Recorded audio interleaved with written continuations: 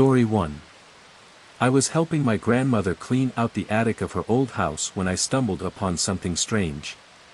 Hidden inside a dusty, leather-bound album, it looked like it hadn't been touched in years.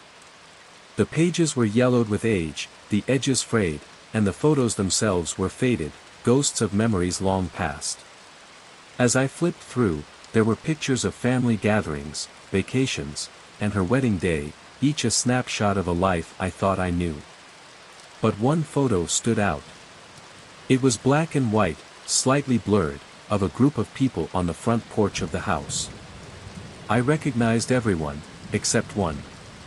My grandmother was there, young and vibrant, standing next to a man I assumed was my grandfather. But it was the woman standing just behind them that sent a chill down my spine. She wore old-fashioned clothing, her hair pulled tightly into a bun. She was smiling, but something about the smile seemed wrong. It was too strained, almost unnatural. And her face, it felt like a cold whisper in my mind. I didn't recognize her, but something about her was hauntingly familiar. I stared at the photo for what felt like an eternity, trying to place her. She was blurry, as if the camera had captured her mid-movement, but her eyes, those dark, sharp eyes, were unsettlingly clear. They stared back at me, pulling me in with an eerie intensity. I turned the photo over, desperate for an explanation. But there was nothing, no name, no date, not even a simple family note. Just a blank, unmarked back. A cold shiver crept down my spine as I glanced back at the photo. The woman's image lingered in my mind, like an echo I couldn't escape. The more I thought about her, the more I felt like I had seen her before, like she was a reflection of someone I knew, or someone who had haunted my dreams. The familiarity gnawed at me, but I couldn't place it. I pushed the thought aside, but it clung to me, growing stronger with every passing minute. That evening, I sat with my grandmother in the living room. The house felt unusually quiet, a strange heaviness in the air that I couldn't shake. I showed her the photo, pointing to the woman in the background. "Do you know who this is?" I asked. My grandmother took the photo with trembling hands, her fingers tracing the edges of the frame. She stared at it for a long moment before her expression hardened. "That woman," she whispered, her voice trembling. "She shouldn't be there." I froze. "What do you mean? Who is she?"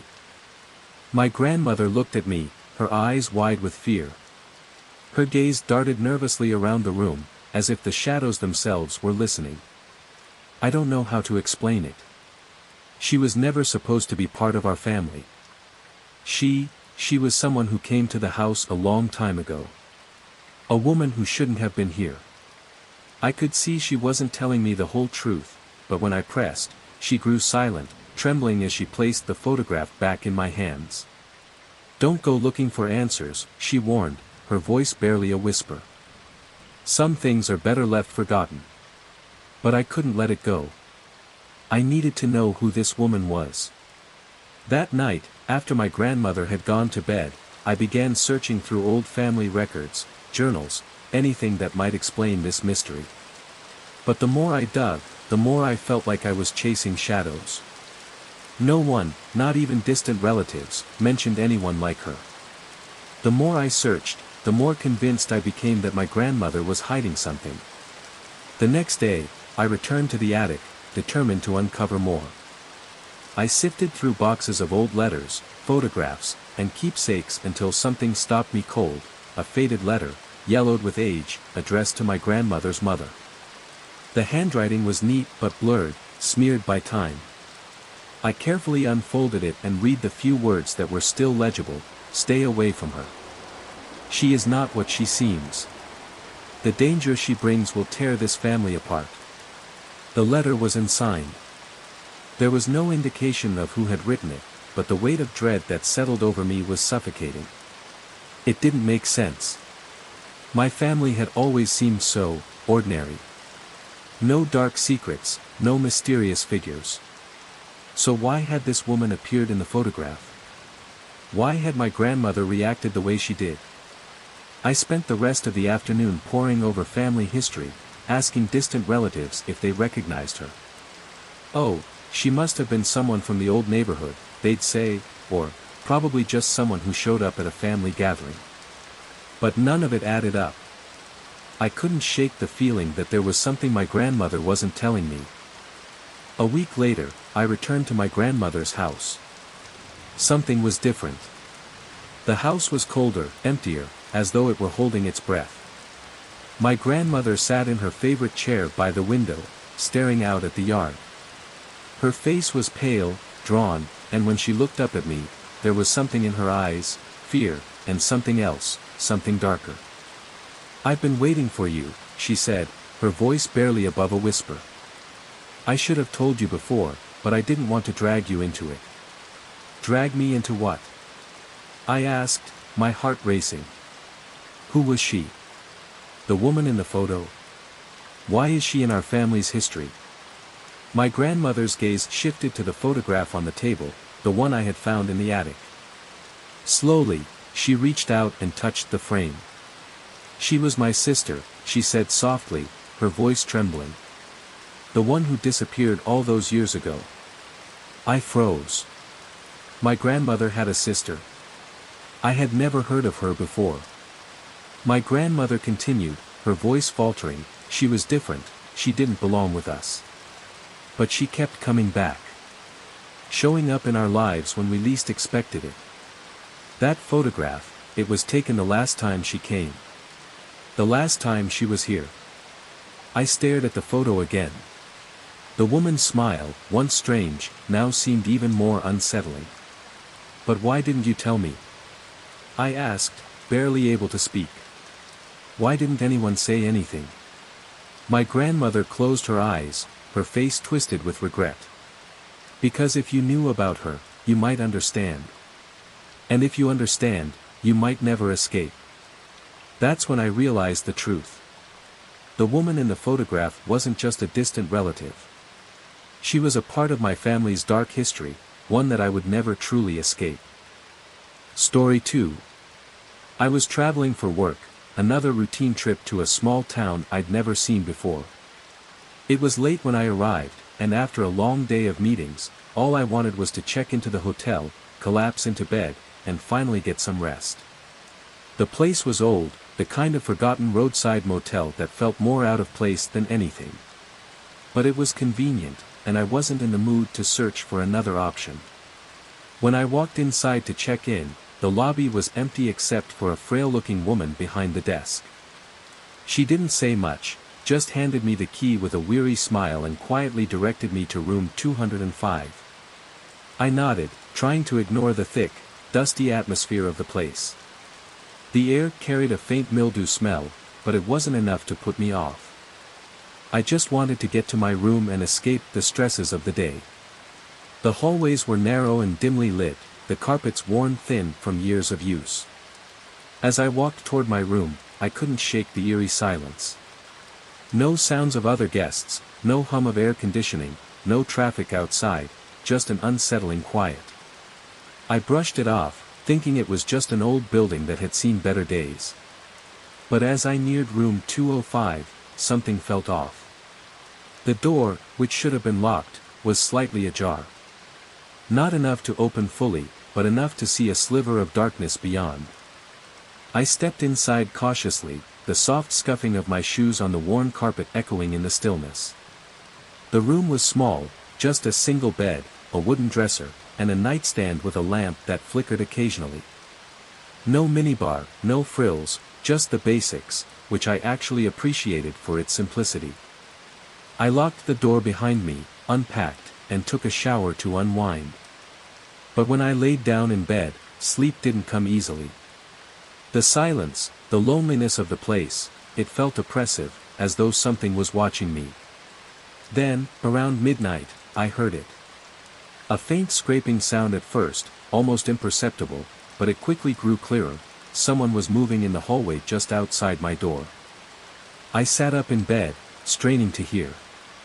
The noise stopped before I could pinpoint its source. Maybe the building was just settling, I thought. I lay back down, trying to shake off the unease. The next night, the sound returned. This time, it was unmistakable, shuffling feet, followed by the soft tap of something against the wall. My heart raced.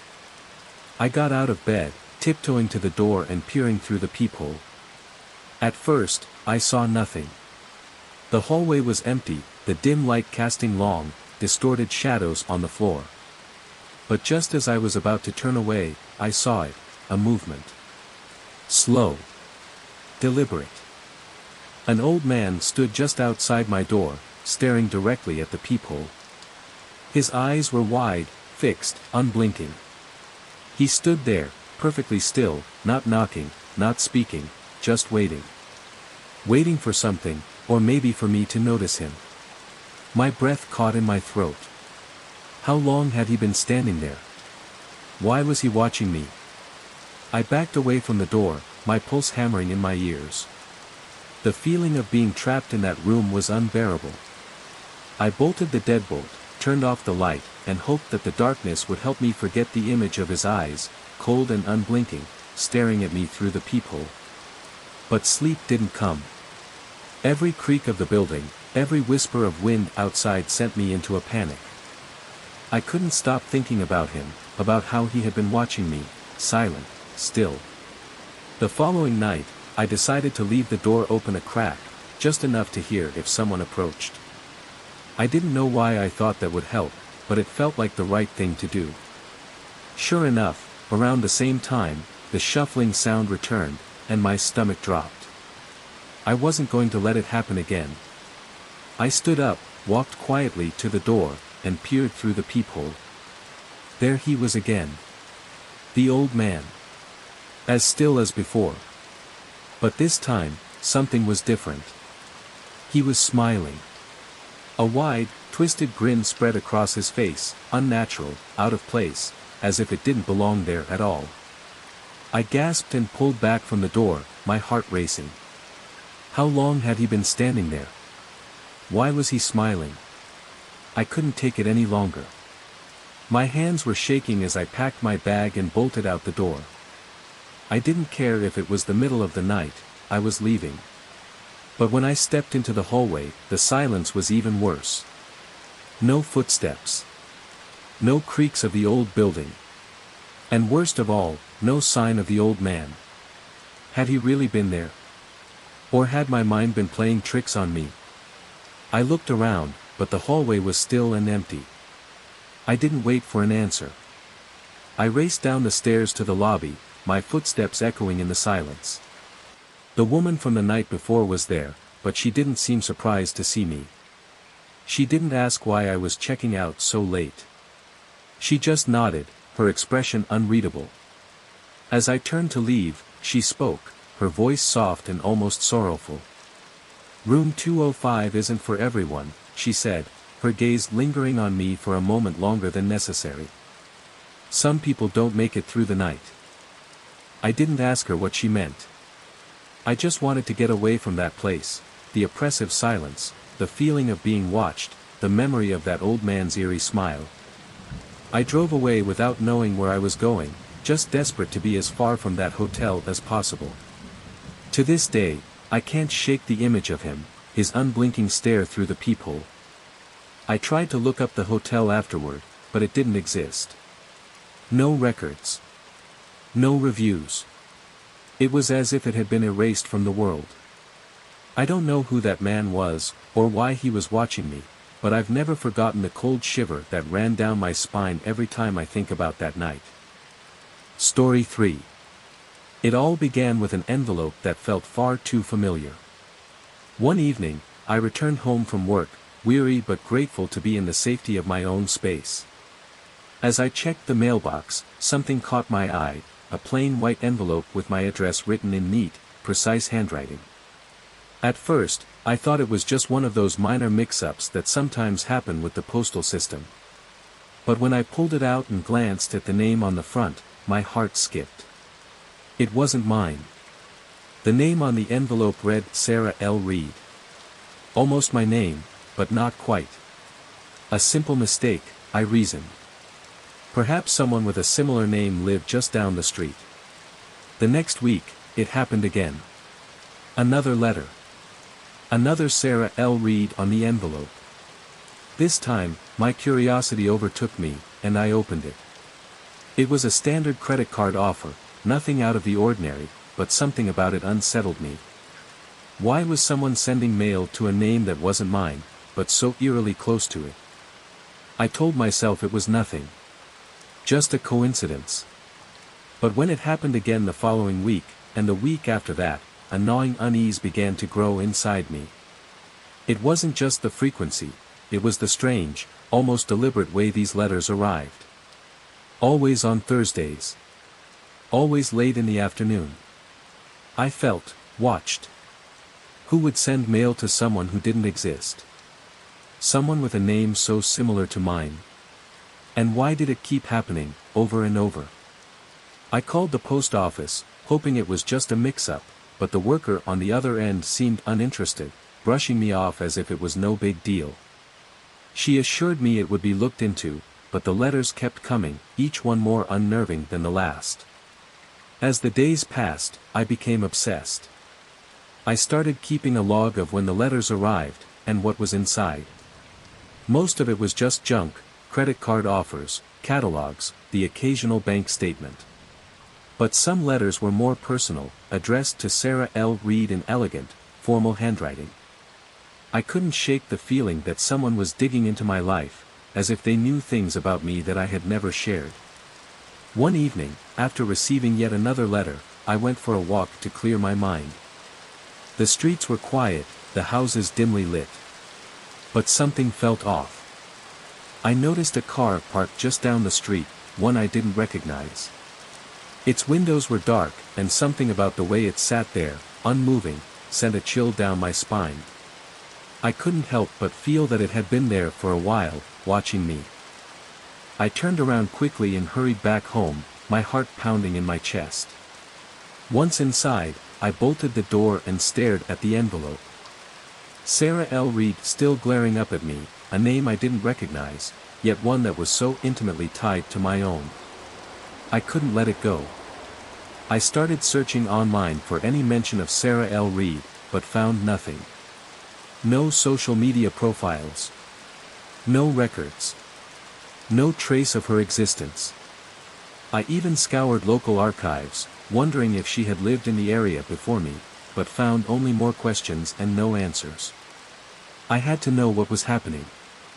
One night, desperate for answers, I decided to search my neighbor's trash bins.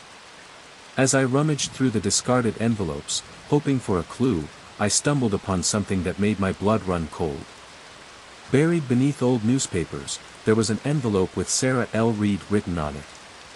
The handwriting was different from the others, more elegant, delicate. I opened it with trembling hands. Inside was a small card with a single, chilling sentence, "We're watching you." A wave of panic crashed over me. This wasn't just a coincidence anymore. Someone knew my name. They knew about the letters, and they were watching me. But who? And why? I immediately called the police, but when they arrived to search the area, they found nothing, no one lurking around, no hidden cameras, no suspicious figures in the shadows. I showed them the card, but they had no explanation. They told me to lock my doors and be cautious. That night, sleep was impossible. The thought of being watched, of someone knowing things about me without me knowing them, made me feel small, exposed. The letters stopped for a while, and I thought, perhaps, the nightmare was finally over. But then, one day, another envelope arrived. Just like the others. Sarah L. Reed on the front. But when I opened it, my blood ran cold. This time, it wasn't a credit card offer, a bank statement, or a catalog. It was a photo of my house. Taken from the street. And scrawled across the bottom in dark, deliberate letters, "Soon." Story 4. I had always been drawn to the allure of the past, old books, worn leather jackets, and, for reasons I couldn't quite explain, typewriters. So, when I wandered into the dim recesses of an antique shop, a forgotten corner buried beneath dust, my eyes locked onto something that felt like fate.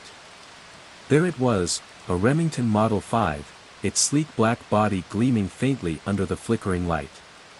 The brass keys seemed to call to me, beckoning in a way I couldn't ignore. The shopkeeper, a grizzled man with a crooked smile, told me it had been abandoned there for years. But something about it felt different. Without hesitation, I bought it, an unsettling connection blossoming in the pit of my stomach as I carried the cold, metallic relic home. Once I set it up in my small apartment, eager to write, I couldn't wait to hear the rhythmic clack of the keys. I placed a fresh sheet of paper in the machine, fingers hovering uncertainly above the keys, unsure of where to begin. But as soon as my fingers touched the cold metal, the typewriter began to tap on its own. At first, I thought it was a fluke, maybe a lingering mark from the previous owner or some mechanical glitch. But then, the words appeared. Hello. I froze. It wasn't a word I'd typed. I hesitated, my heart hammering in my chest, and typed again. Who are you? The machine clicked and word before the response appeared, who is ready to know?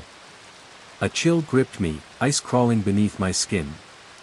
My fingers trembled, but the keys continued without my consent. Your story begins now, it typed. Panic rose in my throat. How could it know this? My past?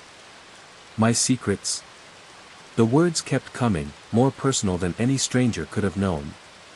It wrote about my childhood, the small town I grew up in, the death of my mother when I was just a teenager. It even described my father's inability to understand me, his distant, cold presence after her death. The words were too accurate, too intimate. How could this machine, this object, know all of this? But it didn't stop there. As I continued to read, the typewriter began to predict the future, things I hadn't experienced yet, things that felt all too real, too immediate. Tomorrow, you will receive a phone call. It will be from a number you don't recognize. Do not ignore it. I sat back, my breath caught in my chest. It was absurd. But the next day, the phone rang. I hesitated as the unknown number flashed on the screen, just as the typewriter had foretold. My hand shook as I picked up the receiver. A voice, deep and calm, crackled through the speaker. It spoke in riddles. You will have to make a decision soon, between what you've always known and something completely new. The words were soaked in dread, like they were reaching deep into my subconscious. I hung up, but the unease settled into my bones, and the predictions didn't stop. Each day, the typewriter knew something I hadn't even thought of yet. A detail about my morning, about the coffee I'd brew, about the color of the mug I would reach for. Every moment I lived was scripted before I could even live it, a twisted pattern unfolding before me. But the most unnerving prophecy came one evening, when the keys clacked rapidly. Soon, you will meet someone who will change everything. I could feel my pulse quicken as the words continued, their eyes will seem familiar, though you've never seen them before. I didn't want to believe it, but just days later, I met her, Claire. She was sitting alone in a cafe when I walked in. The moment our eyes met, something unexplainable surged through me. It was as if I'd known her forever, as if we had always been destined to cross paths. We talked for hours, an undeniable connection pulling me in. Her eyes, exactly as the typewriter had described, held a depth that left me breathless. It felt as though everything in my life had led to this moment, as if it had been written. As the weeks passed, I became consumed by the machine, typing late into the night, each story more detailed, more disturbing. It seemed to know my every fear, my every desire. Then, one evening, it began typing with a sudden, terrifying finality, "You have read enough. Now you must stop." A cold shiver ran through me. There is no way out. Once you read the end, you will be bound to it. I could hardly breathe as the words clicked and clacked in a haunting rhythm. I had no choice but to read on, the weight of each sentence pressing down on me. And then, the final words appeared, "You will never be the same after this." The typewriter fell silent. The keys, once alive with movement, now lay still. The room felt suffocating. I stared at the page, trembling, unsure of what to do next. Had I crossed some line? Was I bound to the fate it had written for me? All I knew for certain was that, from that moment on, my life would never feel the same. The machine had written my story, and now, I was living it. Story 5. I woke up one morning, my body heavy and groggy, as if I hadn't slept a wink, though I had gone to bed early the night before. The sunlight poured in through the blinds, casting a soft golden hue across the room. I stretched, blinking against the fog of sleep, and glanced at the clock on my bedside table, expecting to see the usual time. But I froze. The minute hand was stuck. The clock read exactly 6:17, a time I knew was wrong. I rubbed my eyes, trying to shake off the remnants of sleep, and looked at the other clocks in the room, the one on the wall, the small digital clock on the dresser, even my phone. All of them displayed the same time, 6:17. A cold shiver ran down my spine. I climbed out of bed, my mind struggling to make sense of what was happening, and made my way to the kitchen. But the clocks there were no different, the microwave, the wall clock, the stove, all frozen at 6:17. I reached for my phone, still convinced there had to be some simple explanation, but when I checked it, my heart skipped. The time was completely different, 9:43, several hours ahead of what the other clocks were showing. My mind scrambled to make sense of it. Was I still dreaming? Had I somehow slept through the entire night? But everything felt so real, so sharp. It couldn't be a dream. I checked my phone again, then the clocks, the fact that all of them were stuck at exactly the same time. How was that possible? I had just gotten home from work the previous evening, and everything had seemed perfectly normal. I wasn't someone who tracked time in great detail, but I was certain I hadn't tampered with any of the clocks. I moved to the window and looked out at the street, half expecting to see some clue in the usual morning bustle. But the world outside was quiet, eerily still. I felt the tight coil of unease tighten in my chest as I checked the clocks again. My thoughts began to race. Was there some kind of power surge? A malfunction? Had all the clocks simply stopped at the same moment?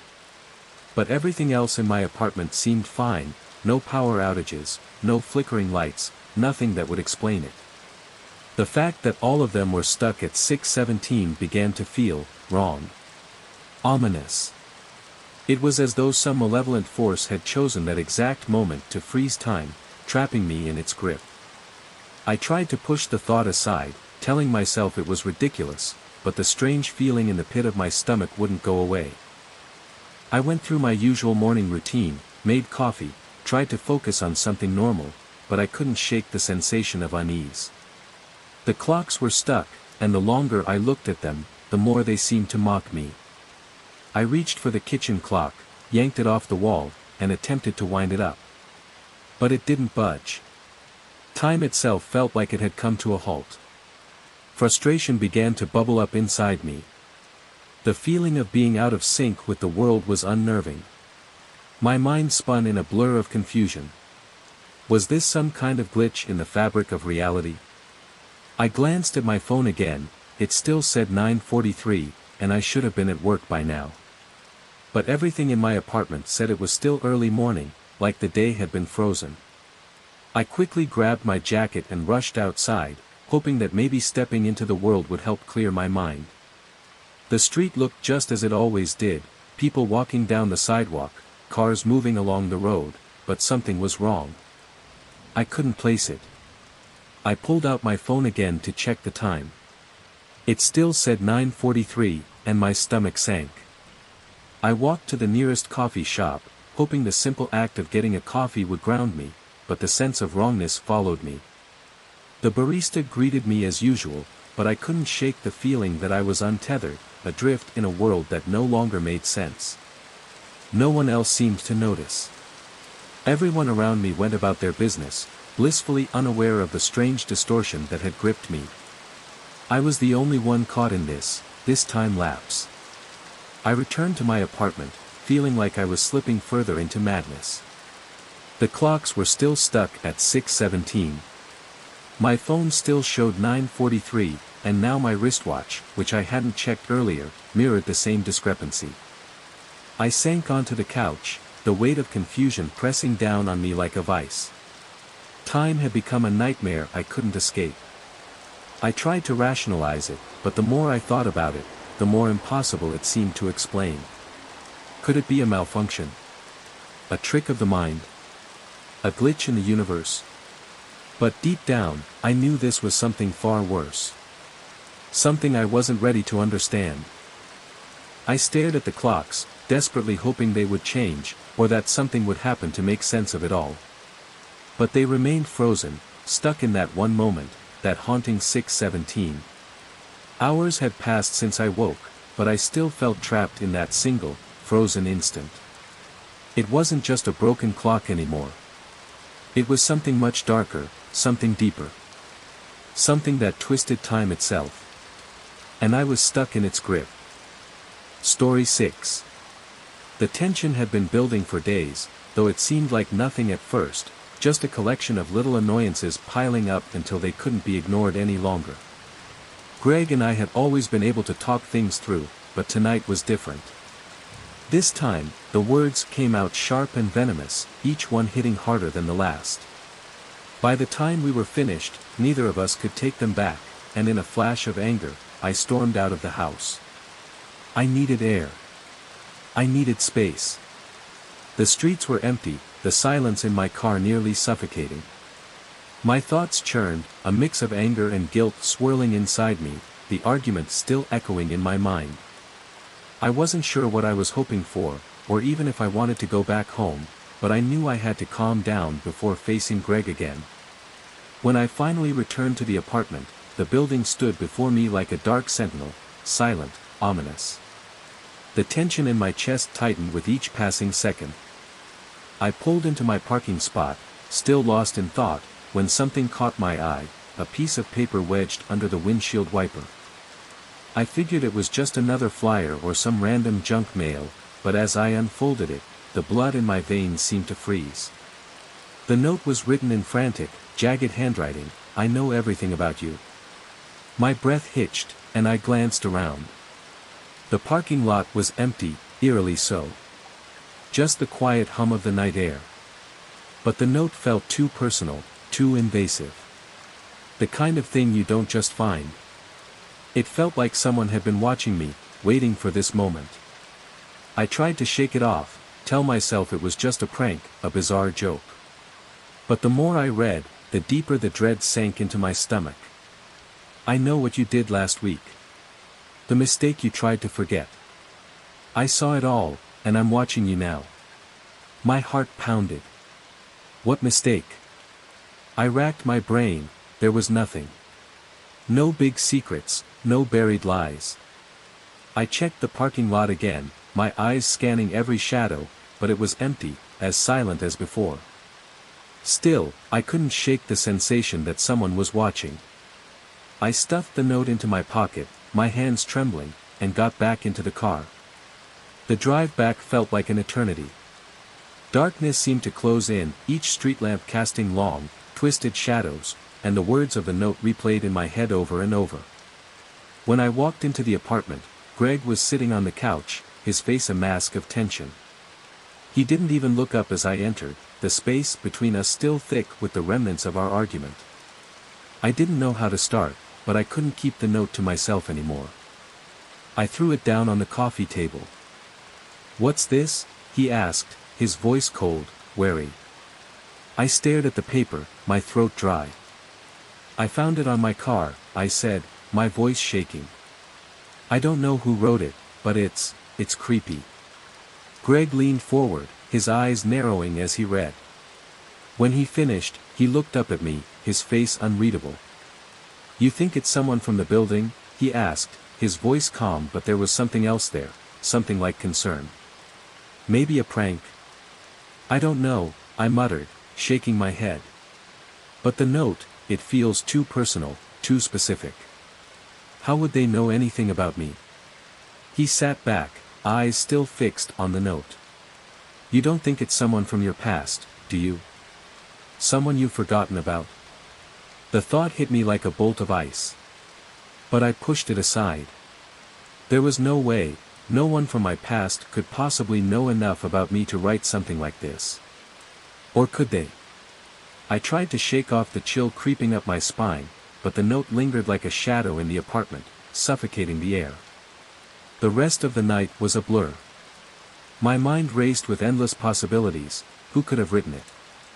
Why? And most chilling of all, who was watching me? The next morning, I checked my car again before leaving, half expecting another note to be waiting for me. But there was nothing. Still, the unease clung to me throughout the day, knotting in my stomach, keeping me on edge. When I pulled into the parking lot that evening, I saw it immediately, another note on the windshield. My pulse raced as I got out of the car. The paper was different this time, new handwriting, but just as unsettling. You can't run from the truth forever, Evelyn. The time is coming. You will know who I am soon. The blood drained from my face. This one had no signature, no hints, just a vague, chilling threat. Yet it felt worse. Much worse. Someone knew things about me that they couldn't possibly have known, and now they were warning me, hunting me in the shadows. I scanned the parking lot once more, empty. No one. But the words hung in the air, a warning I couldn't ignore. And the sense of being watched? It was no longer a feeling. It was the undeniable truth. Story 7. It started subtly, weeks ago, just after I'd settled into bed. At first, the noises were faint, almost too quiet to notice, soft tapping against the walls or the rustle of fabric shifting in the stillness of the night. I'd lie there, wide-eyed in the dark, straining to convince myself it was nothing, just the house settling, the typical creaks and groans that come with old buildings. But the sounds didn't stop. They grew sharper, clearer, like the faint clink of metal followed by the shuffle of footsteps in the kitchen. I tried to dismiss it. The house was old, after all, old houses had quirks, right? But with each passing night, the sounds grew more frequent, and I couldn't shake the nagging feeling that someone, or something, was in my kitchen when I wasn't there. I'd lie still, holding my breath, straining to hear every detail. But whenever I convinced myself to investigate, the noises would stop. And when I entered the kitchen, everything would be perfectly still, as though nothing had happened. One night, I couldn't take it anymore. My heart pounded in my chest as I crept out of bed, the familiar dread creeping over me. I flicked the light on in the kitchen, expecting to find nothing as usual. But this time, I saw it. The knives, all neatly arranged on their magnetic strip, had been moved. The sharpest knife, the one I used most often, was no longer in its usual place. It had been shifted to the far left, nearly touching the edge of the strip, as though someone had taken it and then put it back, but not exactly where it belonged. My stomach twisted. I hadn't touched the knives. I hadn't used them in hours. I stood frozen, staring at them, my mind racing with possibilities, none of them comforting. There was someone in my house. A burglar, maybe. But why would they only move my knives and leave everything else untouched? The next night, I decided to stay up. I needed to catch whoever, or whatever, was doing this. I sat in the living room, the hum of the refrigerator the only sound in the house. The minutes turned to hours, my eyelids heavy with sleep, when I heard it again, the unmistakable clink of metal. Faint, but enough to make my heart race. I crept into the kitchen, more cautious this time, my breath shallow.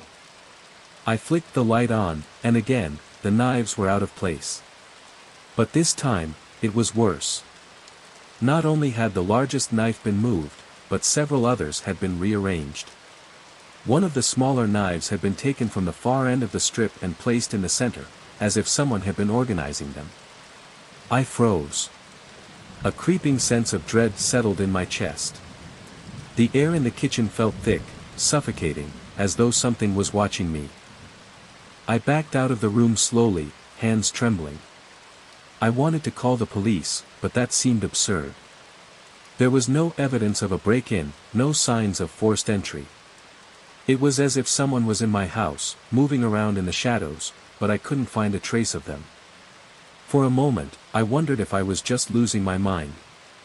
Was I sleepwalking? Had I moved the knives myself without realizing it? But deep down, I knew that wasn't the case.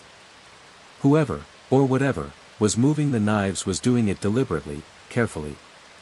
The nights that followed were the same. I'd wake to the sound of metallic clinking, only to find everything perfectly still when I checked the kitchen. But then, one morning, it happened. As I stepped into the kitchen to make breakfast, I saw it. There, in the center of the counter, was the knife. The one I had last seen moved. But this time, it wasn't just placed there, it was stuck in the cutting board, handle down, as if someone had stabbed it there. My pulse quickened. Whoever, or whatever, was moving the knives wasn't just toying with me. They were sending a message. The rest of the day passed in a blur, my thoughts clouded with fear. I locked all the doors, checked the windows, even set up a camera in the kitchen, hoping to catch whatever was causing the disturbances. That night, I lay awake, waiting for the sounds to start again. But they never came. No tapping, no clinking, no shuffling of footsteps. Just silence. Suffocating, oppressive silence. The next morning, I checked the footage from the camera, my heart pounding in my chest. The kitchen was empty, just as it had been when I left it. But then, in a brief flash, just before the camera shut off, I saw it. A shadow, barely discernible in the dim light, moving across the kitchen. And in that fleeting moment, I saw it, the knives shifting. One of them was lifted off the wall and placed gently on the counter. So subtle. So quiet. I had missed it when I checked the footage. That was the moment I realized, I wasn't alone. Whoever, or whatever, was moving the knives, they weren't just doing it to torment me. They were doing it for a reason. But what that reason was, I still couldn't understand. And honestly, I wasn't sure I wanted to. Story 8. The day I moved into the new apartment, everything seemed perfect. The place was nestled on a quiet street, the kind where trees arch over the sidewalks, casting long shadows across the road. The houses were spaced far enough apart that it gave off a sense of privacy. I was eager to start fresh, after months of searching for a new home. The landlord had been polite but brief when I signed the lease, mentioning little about the previous tenant except that the apartment had been vacant for a while. When I first entered, something felt odd about the space, complete, but not quite right. It wasn't empty, not exactly. Bookshelves lined the walls, filled with books I didn't recognize. Framed photographs rested on the mantel, frozen moments of people I'd never met. An old armchair sat in the corner, its fabric worn and faded as if it had belonged there for years. The kitchen counter still had a few dishes on it, an old coffee maker left on, plugged in, and forgotten. At first, I thought the cleaning crew had missed a few things. But the more I looked, the more it felt like the previous tenant had simply vanished, leaving everything behind in a hurry. I pushed the creeping unease from my chest and explored further. The bathroom had toiletries lined up neatly by the sink. The shower curtain was drawn, as though someone had just used it moments ago. The bed was unmade, sheets wrinkled, with a notebook resting on the nightstand. The pages were filled with frantic, disconnected thoughts, nothing personal, just lists, random notes, like someone in the midst of a project. It struck me as odd, but I brushed it off. Perhaps the previous tenant had left in a rush. But then I saw the calendar on the wall. The date was marked in bold, red ink, March 7th. It didn't hit me at first, but when I checked my phone, I saw that the date was a full month ahead, April 7th. A chill crawled down my spine. How could the calendar still read a date from so long ago? Surely someone would have changed it before I moved in. But then, I remembered that the landlord had never mentioned cleaning or adjustments. It was as though no one had set foot in the apartment for weeks, or longer. I tried to shake the growing discomfort, pushing through the task of unpacking my things, but the more I worked, the more the apartment resisted me. It wasn't just the stray coffee cup or the open book on the couch, it was the air. The apartment felt too lived in, like the previous tenant had just stepped out for a moment, but never came back. The remnants of their life hung heavy in the air, and I couldn't shake the feeling that I wasn't truly alone. That evening, after finishing most of my unpacking, I noticed something strange in the hallway mirror. It wasn't the reflection itself, it was subtle. A shadow too sharp, too angular to be from the light, lingered in the background. I turned around quickly. The hallway was empty. But when I looked back, the shadow had moved slightly, as if it had been watching me. My heart pounded. I didn't believe in the supernatural, but I couldn't deny the growing sense of dread building in my chest. The next morning, I entered the kitchen and froze. There, on the table, was a half-eaten sandwich, the crusts neatly trimmed off as if someone had been in the middle of lunch and simply walked away. My mind raced. Had I missed something? Had the landlord left food behind? But there was no explanation. The plate felt wrong, as though I were intruding on someone else's meal. I threw it away, but the feeling of trespass lingered. As the days wore on, the oddities only grew. The light in the living room never seemed to shine brightly enough, no matter how much sun blazed outside. At night, I would hear soft, shuffling sounds, footsteps, the faint rustle of paper, as though the apartment were whispering secrets I wasn't meant to hear. And every time I passed the small desk by the window, I would catch a glimpse of a new object placed there, a key, a coin, a trinket I didn't recognize. It was as though something, or someone, was quietly adding to the space, though I never saw anyone come or go.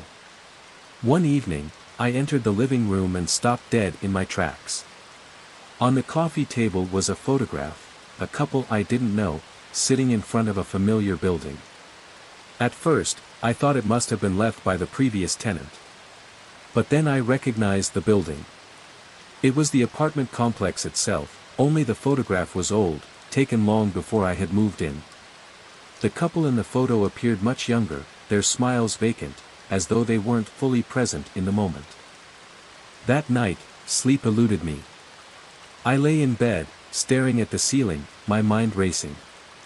Who were the previous tenants? Why had they left without a trace? The feeling of being watched was growing stronger, and I couldn't shake the sense that I was living in a place where time had stopped, where the past clung to the walls, refusing to let go. Eventually, I could no longer ignore the nagging questions. I searched through the apartment's closets, hoping to find some clue, some explanation for the strange occurrences. That's when I found it, a small, leather-bound journal, tucked behind some old linens. The pages were filled with accounts of unexplainable events, disembodied footsteps, shadows that didn't belong, objects shifting positions. The previous tenant had been documenting their experiences in this very apartment, but the entries stopped abruptly just weeks before I moved in. The last entry sent a shiver down my spine. I feel like I'm being erased from this place. Nothing belongs to me anymore. I can't stay here. I closed the journal with trembling hands, the truth sinking in. The apartment hadn't been abandoned. It had been erased, as though the previous tenant had been wiped clean from its walls. And as I stood there, the growing unease settled into a horrifying thought. I was beginning to wonder if I, too, was starting to fade away. Story 9. I had been planning the renovation for months, eagerly anticipating the transformation of my old house. It was a charming, weathered property I had recently purchased, and while it held potential, there was no denying that it was in dire need of work. The floors creaked, the walls showed their age, and the entire house had a musty, forgotten air about it. I had focused on the main areas, the kitchen, bathroom, living room, but the floorboards in the master bedroom always intrigued me. They were old, uneven, and creaked strangely when stepped on, as if something was hidden beneath them. One afternoon, I finally decided to start tearing them up. I had always planned on replacing them, but there was something about those particular boards that seemed to call out to me. As I pried up the first few planks, I noticed something unusual. Some were loose, unnervingly loose. It didn't feel right. The nagging sensation in the back of my mind intensified as I removed a few more. And then I uncovered it, a small hatch, cleverly hidden by the floor structure. Barely noticeable, camouflaged by the worn wood around it. My curiosity spiked. I had to see what was underneath. I opened the hatch, and a thick cloud of dust and stale air rose, making me cough violently. The space below was larger than I expected, a hidden compartment sealed off for who knows how long. Grabbing my flashlight, I shone it into the darkness below, my breath caught in my throat as the beam revealed something I wasn't prepared for. The walls of the small room were covered in drawings, intricate, disturbing images etched into the wooden panels. My heart skipped a beat. The drawings were unlike anything I had ever seen before, strange symbols, twisted faces, and figures in agonizing poses. The more I looked, the more unsettling they became. Some were abstract, with spirals and jagged lines, while others depicted people, perhaps former residents of the house, locked in perpetual torment. Their hollow eyes and contorted expressions suggested they were trapped in some eternal nightmare. One drawing in particular stood out, a monstrous shape looming over a smaller figure, watching, or maybe hunting, its prey. The detail was chilling, yet it felt like something pulled from a fevered nightmare. I stood frozen, my mind racing with questions. Why had these drawings been hidden? Who had created them? And what did they mean? The longer I stared, the heavier the air around me seemed to grow, as if the room itself was brimming with a presence, ancient and oppressive. I quickly snapped a few photos with my phone, unsure whether I was documenting the discovery or just trying to capture proof of the madness unfolding before me. My pulse quickened. I had to get out of there. But then, my foot brushed against something on the floor. I looked down and saw old, yellowed papers scattered, half buried under the dust. I bent down to pick them up, hoping they might offer some clue as to who had created the drawings. The pages were covered in strange writing, a chaotic mixture of symbols and words that seemed foreign, indecipherable. The handwriting was erratic, as though written in a frenzy of panic or obsession. One of the pages contained a rough, hand-drawn map. Arrows pointed to the hidden room beneath the floor, suggesting there was something buried deeper within the house, something beyond the drawings. As I examined the papers further, an eerie sense washed over me, a sense that I was never meant to find this space. It felt wrong, as though I had unearthed something that was buried for a reason. I tried to push the feeling aside, telling myself it was just an old mystery left behind by previous owners. But as my eyes returned to the drawings, the sensation gnawed at me, they felt like warnings. Whoever had created them had left a part of themselves behind, something dark and twisted. And now, it was in my hands. I knew I should tell someone, but who would believe me? Who would take seriously the discovery of a hidden room, filled with disturbing drawings and cryptic messages, under an old floorboard? I considered calling a historian, someone who could decipher the symbols, but I didn't want to involve anyone else. A strange connection to the room was growing, as though it had been waiting for me to understand its significance. But the more I thought about it, the more I wondered if I was getting caught up in something that was never meant to be understood. That night, I couldn't shake the feeling of being watched. It was as if the presence in that room had followed me through the house, lingering in every corner. I kept imagining the faces from the drawings, those hollow eyes, staring at me from the walls. I tried to sleep, but every creak and groan of the house seemed amplified. The wind howled outside, making the shadows on the walls dance and shift. I swore I heard whispers in the dark, the house itself reacting to my discovery. I kept thinking about the map, the one that pointed deeper into the house. What was hidden there? Was I truly prepared to find out? The next morning, I returned to the room, this time with more resolve. I had to know more. My heart pounded in my chest as I pried open the hatch once again and descended into the hidden space. It felt colder now, even more oppressive than before. The drawings were still there, but something had changed. One of the symbols seemed to glow faintly in the dim light, as if it were alive. I couldn't shake the feeling that I had crossed some invisible threshold, that something had been waiting for me to find it. The deeper I dug into this mystery, the more I felt its pull, like a dark gravity drawing me further into the secrets of the house. I wasn't sure I was ready to uncover everything that lay beneath the floorboards, but one thing was certain, something was already watching. Story 10. It was an ordinary afternoon, one of those unremarkable days that slips by unnoticed, cloaked in the usual hum of life. I was sitting on the couch, mindlessly scrolling through my phone, when the screen lit up with an incoming call. The number was unfamiliar, but the name that flashed across the screen sent a cold, shivering dread through my veins. Mom. My heart skipped a beat. I froze, my thumb hovering over the screen. I stared at it, trying to make sense of what I was seeing. But I couldn't. My mom had passed away years ago. The memory of that day was seared into my mind, the sterile hospital room, the empty space she left behind, the oppressive silence that descended upon our house after she was gone. I hadn't heard her voice in so long, so how was she calling me now? With trembling hands, I answered the call. My voice wavered, caught in my throat as I lifted the phone to my ear. A knot tightened in my stomach. The voice that came through was unmistakable. It was her.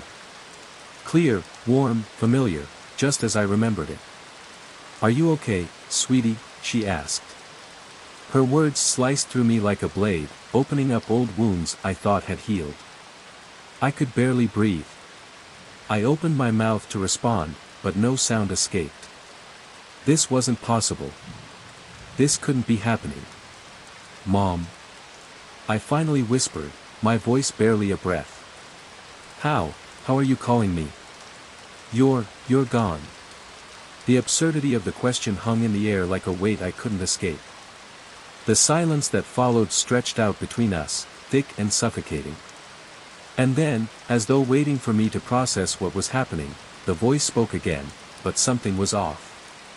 The tone wasn't exactly like her. It was still her, but not quite. A faint distortion lingered in the warmth of her voice. "You don't need to worry about me," she said softly. "I just wanted to check on you. Are you okay?" I could hear her breathing, steady and real, on the other end of the line. It was as though she were still there, still in my life. My mind reeled. Was this a prank? A cruel joke? Had someone hacked my phone and manipulated the caller ID? Or was this just the work of grief, my mind playing tricks on me, desperate to feel close to her again? But no, this voice, it was hers. The inflection, the concern, the quiet, loving tone, it was all there. "I'm fine," I whispered, my voice shaky. "But how is this even possible?" There was another long pause.